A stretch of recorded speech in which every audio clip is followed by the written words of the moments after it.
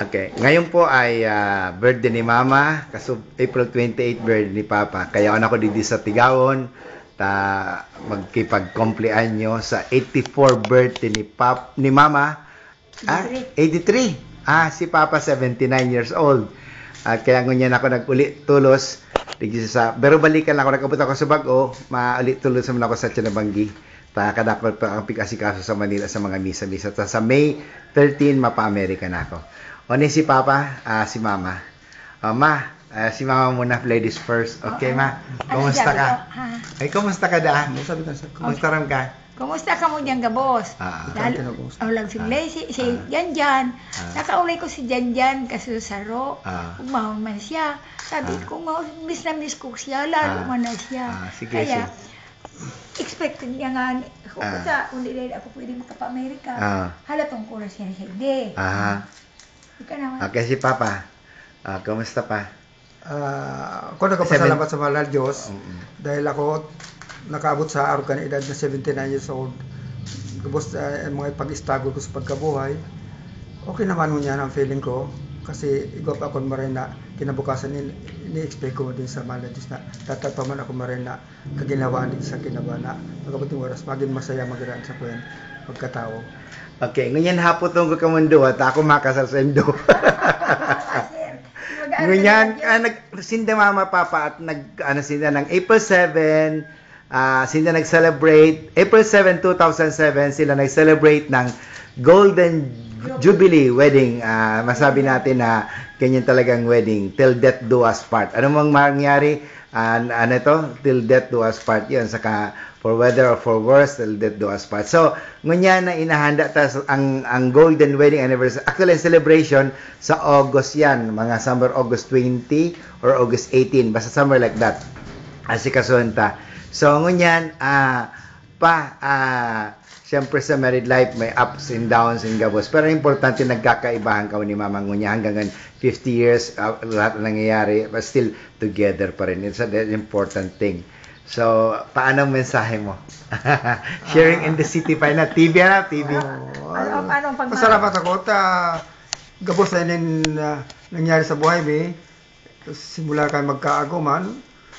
Nakikita kami mga pagpuon, maray mga biso mo relasyon, na paradal sa mga aki mi. Gabos na tayo maray nagginawaan. Kundi sa mga panahon na paglalakaw na kinaban talaga, may mga ups and downs, may mga gabos na minsan dahil nagkakarintindihan, may mga emotional distress, kung ano-ano na sa minalawag na mga bagay sa pagkatao kalaban sa Ro, misunderstanding, minadakula sa dit, minsan ang dakula, napapawara mangyari pagkabuting oras, kaya siguro aruganan mga challenges sa buhay kan tao. Okay. Okay, Ma, ano ang mensahe mo?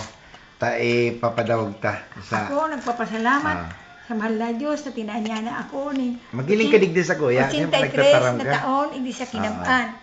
Ako naging mauma, miski ako nagkaigwaman ako ng mga difisino, ng mga trials, pero ngunyan, nariparo ko nagpapasalamat nga ni ako because out of the heavy trials na overcome, tina ako ng kusog, na nakalampas, na nag-isa na akong maugma. Kaya ako ngunyan, miski ako may problema, pagka, natural bagaan, tao pa man. Ako naanggot ako. Pero pagkatapos, ay, mahal na Diyos ko, hibo mo ini. Okay. Pinapasalatan, tantakakang kabos. Naarugaan nga miski ako may namamati. Pagka agrangay ko sa imo, nawawara. Magiling kayo. Nawawara siya na. Kaya ako, sabi ko nga, gipadi. Ako, Father, ako, ininudulog ko sa mahal na Diyos. Miski ako kulukan hawa ko. Kaya na ako nagparakwanta. Diyos ko, sabi baga, suffering sanctifies the soul. Kaya ako, papasalamat ko, tapigahanda ako ng mahal na Diyos sa ikaduhang buhay. Kaya ako, dahil man ako nagkukana, ako maging santa o ano, at least, sa ikaduhang buhay, ako maugma. Kaya, ako sa papa, kunya sana, tighagad ko sa mahal na Diyos. Na ako ang nagatinder igdikan, Lady of Guadalupe, mapakisa ko, Fiesta 12, bulan-bulan nagpapanobena ako. Ang perpetual help, si Ringman. Tako ang nagdarakan debosyon na din. Mga, kuya nagkagyo mga 60 years na yan. Debosyon na din. Pagkapoon, mayo ang mibisi Santa Maria, hindi kang perpetual help. Si Ringman, Iyan, Our Lady of Guadalupe, Daiman. Kaya ngunyan, may debosyon ng mga tao. Kairiba ko dyan, nanunubena na. Kaya ako nagpapasalamat pa, siguro niya ako. Taka ito bagang naghilang ako. Hinapit na ako ni Manay Biling. Nagparalakaw kami harayoon na maray. Naling pagmata ako baga, ay magano, inahiling mo. May mga si Dr. Pigataran na kwenan ako.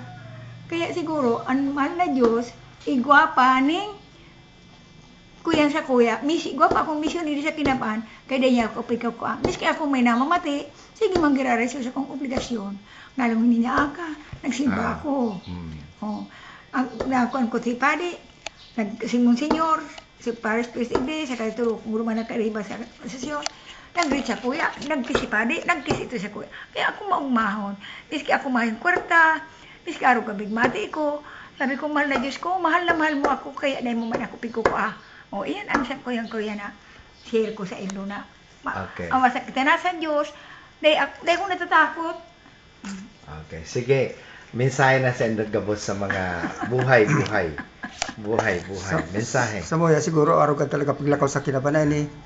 Gusto mo, araw sa ko nagugurang na 70 anyos na, gusto kong padagos ang giraray na pag-abot ng oras, maugmamanggira na abot, kaugmamanggira ka utang ko. Mamahal ko na nga rin, kundi hanggang gusto na babayaan ko, hindi gusto ko peacefully magira babayaan ko, tanagdigda akong sulo, mahal magira akong sulo. Pero ang gabos na babayaan ko, magimemorya sa buhay ko, magmemorya ka mga niniwalat ko, na ako nakagibumang kan, dapat kong gibuhon na.